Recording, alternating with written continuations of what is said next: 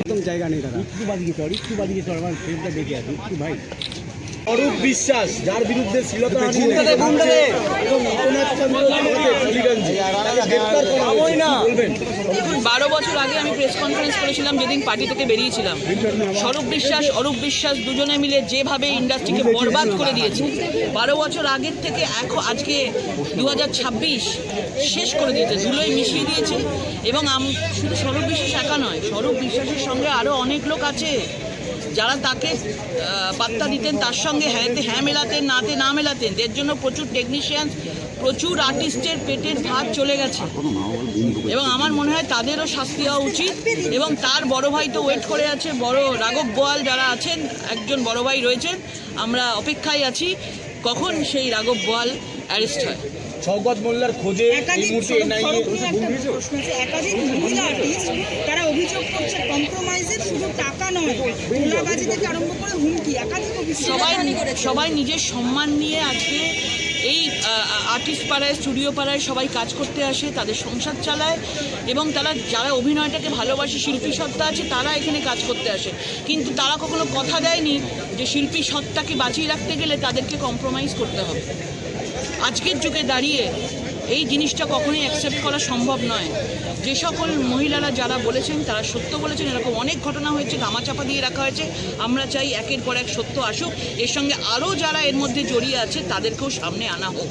বিধানসভায় বিরোধী দলনেতা হিসেবে কতটা ক্ষোভ ছিল যার জন্য লজ্জার কথা, আমরা টলিগঞ্জে এরকম কখনো দেখিনি। এই পরিস্থিতি হতে পারে, যা দৃশ্য দেখেছি তা আমাদের জন্য একজন শিল্পী হিসাবে আমি ক্ষমা চেয়ে নিচ্ছি। এই জিনিস আপনারা যা দেখে নিয়েছেন আগামী দিনে অন্তত এই জিনিস আপনারা ভবিষ্যতে দেখবেন না।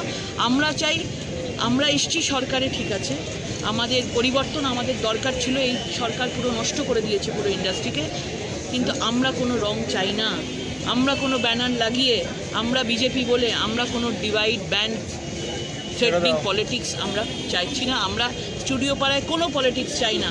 যারা ভালো কাজ করছে, যারা ট্যালেন্ট আছে, যারা কাজ পাবে, সবাই এখানে কাজ করুক। এই পরিবেশ আমরা একটা সুস্থ পরিবেশ আমরা ফিরিয়ে দিতে চাই। বিধানসভায় বিরোধী দলনেতা হিসেবে কাকে চাইছেন? হে বিপ্লবীগণ, আপনারা স্থির করুন, অভিষেকের দাক্ষিণ্য পাওয়া ঋতব্রতকে নাকি 10 বারের বিধায়ক বর্ষিয়ান শোভনদেব চট্টোপাধ্যায়কে? আবেদন করেছেন কুণাল ঘোষ। সে তাদের মধ্যে যা অবস্থা হয়েছে, তারা ভেঙে চুরমার হয়ে গেছে। তৃণমূল যার হাতে ছিল, তার হাত থেকে তৃণমূলের ফুল চলে গেছে, আর কিছু নেই। এখন তারাই ঠিক করবে, মানে দলটা তো উবে গেছে, আবার নতুন ছোট ছোট উপদল কি তৈরি হবে? দেখুন, একটা তৃণমূল থেকে কতগুলো উপদল তৈরি হয়, এক একটা এমএলএ এক একটা দল তৈরি করবে। দেখবেন আগামী দিনে আমাদের এখানে অপোজিশন বলে কেউ দাঁড়ানোর সাহস আর পাবে না। এটা গণতন্ত্রের জন্য খুব খারাপ, কিন্তু বলতে বাধ্য হচ্ছি, প্রত্যেকটা যারা তৃণমূল থেকে জিতেছেন, প্রত্যেকটা লুটেরা রয়েছে, তারা চোর ডাকাতি করেছে। এখন নিজেদের সম্পত্তি, নিজেদের অস্তিত্ব বাঁচানোর লড়াই চলছে, পার্টি বাঁচানোর লড়াই কেউ নেই। শওকত মোল্লাকে এনআইএ সকাল থেকে হন্যে হয়ে খুঁজছে, এলাকাবাসী বলছে বাংলাদেশ পালিয়ে যেতে পারে। শওকতের মতন এত বড় একজন ক্রিমিনাল, তারা এলাকার লোকই বলছে তাকে গ্রেপ্তার করা কতটা দরকারই। আপনারা চিন্তা করবেন না, এত প্রত্যেক ঘন্টায় ঘন্টায় গ্রেপ্তার হচ্ছে, এবং যা এরা করেছে দেখবেন খুব তাড়াতাড়ি আপনারা দেখতে পাবেন যে তার সুখবর পেয়ে যাবেন, তিনি অ্যারেস্ট হয়ে যাবেন। একটা পোস্ট করেছেন, তিনি বলছেন, আপনি কি মনে করেন একটি রাজনৈতিক পরিবারের 4 বারের সংসদ সদস্য যিনি মমতা বন্দ্যোপাধ্যায়ের সঙ্গে দীর্ঘদিন যুক্ত থেকে 4 দশক ধরে স্বৈরাচারের বিরুদ্ধে লড়াই করেছেন, তিনি নিজের স্বার্থের কথা ভাবেন? এটা আসলে নীতির বিরুদ্ধে এবং শাসন ব্যবস্থার ব্যর্থতার বিরুদ্ধে দেওয়া একটি রায়। দেখুন, উনি যে কথা বলছেন, এত সিনিয়র মানুষ, আগেও বলতে পারতেন, আগেও কথা তুলতে পারতেন, কিন্তু আজকে যদি তৃণমূল জিতে যেত তাহলে কি উনি বলতেন? এখন বলবেন হ্যাঁ বলতাম, কিন্তু ঘটনাচক্রে তৃণমূল জেতেনি, ভারতীয় জনতা পার্টি জিতেছে। প্রত্যেকে এই পার্টিতে যারা ছিল, নিজের স্বার্থ বুঝে 40 বছর একজনের সঙ্গে থেকে তার বিবেক বুদ্ধি সব কিছু তাদের শির দ্বারা বিক্রি করে তারা আজকে সেই পার্টির বদনাম করছে। আমার মনে হয় আরেকটু সময় নিতে পারতেন, এত তাড়াতাড়ি করাটা বোধহয় উচিত হয়নি। এতদিন যার সঙ্গে ছিলেন তাকে এইটুকু সম্মান দেওয়া উচিত ছিল। যদি পানাগড়ে বায়ুসেনার ঘাঁটি থেকে 10 মিটার দূরে লোহার লনের ওপর সিসি ক্যামেরা বসিয়ে একটা নজরদারি চলছিল, ইতিমধ্যে দুজনকে গ্রেপ্তার করা হয়েছে।